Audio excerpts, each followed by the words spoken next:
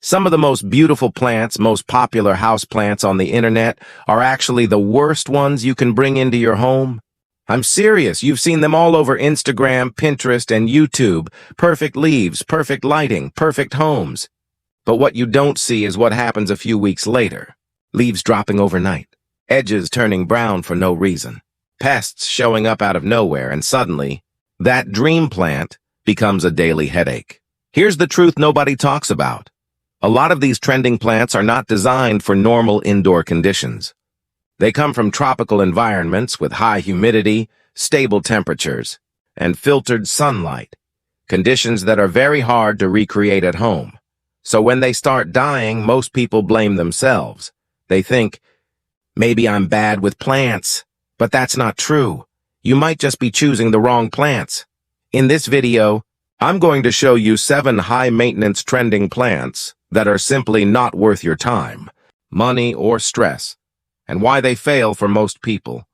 And trust me, some of these will surprise you. Make sure you watch until the end, because I'll also show you what to choose instead. Plants that actually thrive in real homes without constant care. Let's get into it. Fiddle Leaf Fig. The ultimate drama. Queen the. Fiddle Leaf Fig is probably the most iconic indoor plant of the past decade. It's tall, bold, and instantly makes any space look modern and expensive. That's why it's everywhere. Interior design magazines, influencer homes, and viral videos. But here's the reality behind that perfect image. This plant is incredibly sensitive. It doesn't like being moved. Even a small change in position can cause it to drop leaves. And once it starts dropping leaves, it can be very hard to stop. Watering is another major issue. Too much water? Root rot. Too little? Leaves dry out and fall. And the worst part is, it doesn't give clear warning signs until it's already stressed. Lighting is just as tricky.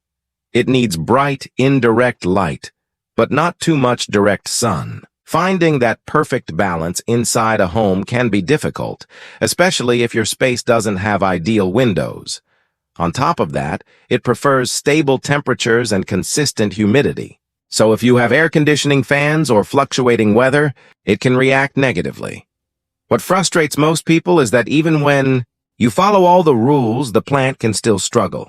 That's because it's not very forgiving. It expects perfect conditions, and most homes simply can't provide that consistently. So while it looks amazing in photos, in real life, it often becomes a source of stress rather than enjoyment. Calathea, beauty with a price. Calatheas are often called the most beautiful foliage plants, and it's easy to see why. Their leaves have intricate patterns, bold colors, and a unique ability to move throughout the day, almost like they're alive. But with that beauty comes a serious downside. They are extremely demanding. The biggest challenge is humidity.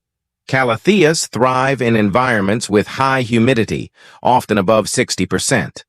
But most indoor spaces, especially with air conditioning, fall far below that. As a result, the leaves start developing brown, crispy edges, and once that damage appears, it doesn't go away. Water quality is another hidden issue. Calatheas are very sensitive to chemicals and minerals found in tap water. Using regular water can slowly damage the plant, even if everything else is perfect. Then there's consistency. These plants don't tolerate neglect. If you forget to water them or let the soil dry out too much, they react quickly, often within days. This creates a cycle of frustration. You try to fix one problem, but another one appears, and for beginners, it can feel overwhelming. The truth is, Calatheas are not forgiving plants. They require constant attention and very specific conditions, so while they may look like living art, they can quickly become a living problem. Orchids. The misleading classic orchids are one of the most commonly gifted and purchased houseplants in the world. They're elegant, exotic, and their flowers are absolutely stunning. But here's the catch. Most people only experience the easy part, the blooming phase. Once those flowers fall off, everything changes. Suddenly, the plant becomes confusing. You're left with green leaves and bare stems, wondering what to do next. The biggest challenge with orchids is getting them to rebloom. They require a very specific combination of light, temperature changes, and watering cycles to trigger new flowers. Too much water can cause root rot, especially because orchids are often planted in bark instead of soil. Too little water, and the plant becomes dehydrated. And lighting? That's another balancing act. They need bright, indirect light, but not direct sunlight. For beginners, it's hard to tell if you're getting it right. And unlike other plants, orchids don't always show clear signs of stress until it's too late. So what happens? Many people keep their orchids alive, but they never bloom again. At that point, the plant loses its main appeal. It's no longer the beautiful centerpiece you bought. It's just another green plant. And that's why orchids often become disappointing over time. Ferns, the high maintenance. Classic ferns are often associated with calm, natural, and peaceful spaces. They have soft, flowing leaves that instantly make a room feel more alive. But behind that relaxing appearance is a plant that requires constant attention. Ferns naturally grow in humid forests, where the air is moist and the soil stays consistently damp. Indoor environments are very different. Air conditioning, fans, and dry air make it difficult for ferns to stay healthy. One of the biggest issues is moisture. Ferns need their soil to stay evenly moist, but not soggy. If the soil dries out even once, the plant can start to decline. At the same time, overwatering can also cause problems, so you're constantly trying to find the perfect balance. Humidity is another major factor. Without enough moisture in the air, fern leaves start to turn brown and dry out. And once that happens, the plant quickly loses its lush appearance. What makes ferns especially frustrating is how fast they react. You might think everything is fine, and then suddenly, the plant looks unhealthy within days. Recovery can also be slow and difficult. So while ferns look simple and natural, they actually require a level of care that many people underestimate. African violet. Small but sensitive. African violets are small, compact, and known for their beautiful flowers. At first glance, they seem like the perfect indoor plant. Manageable, decorative, and beginner-friendly. But once you start caring for them, you realize they're more demanding than they appear. The first challenge is watering. African violets don't like water touching their leaves. It can cause spots, damage, and even rot. So instead of watering from the top, you need to water from the bottom, or be extremely careful.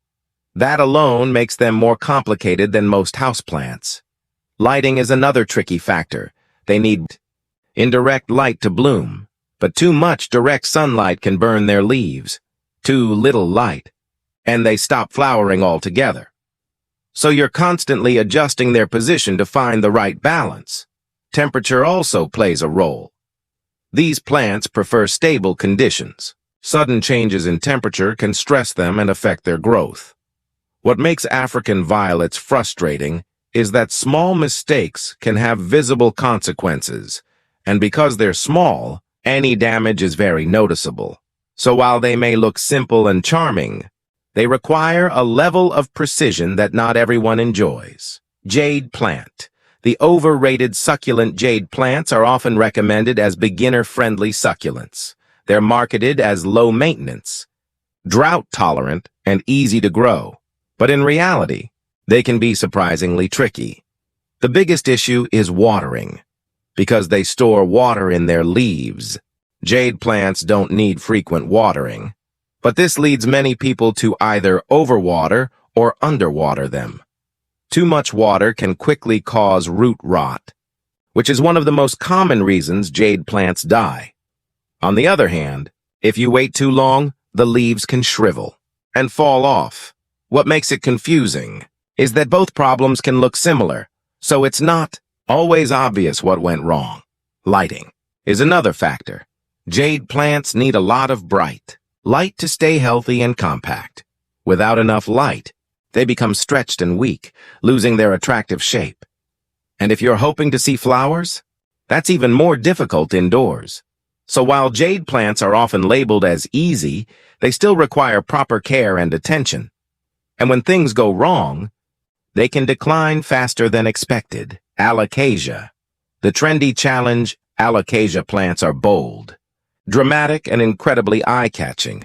Their large, sculptural leaves make them one of the most popular trending plants right now, but they come with a serious challenge.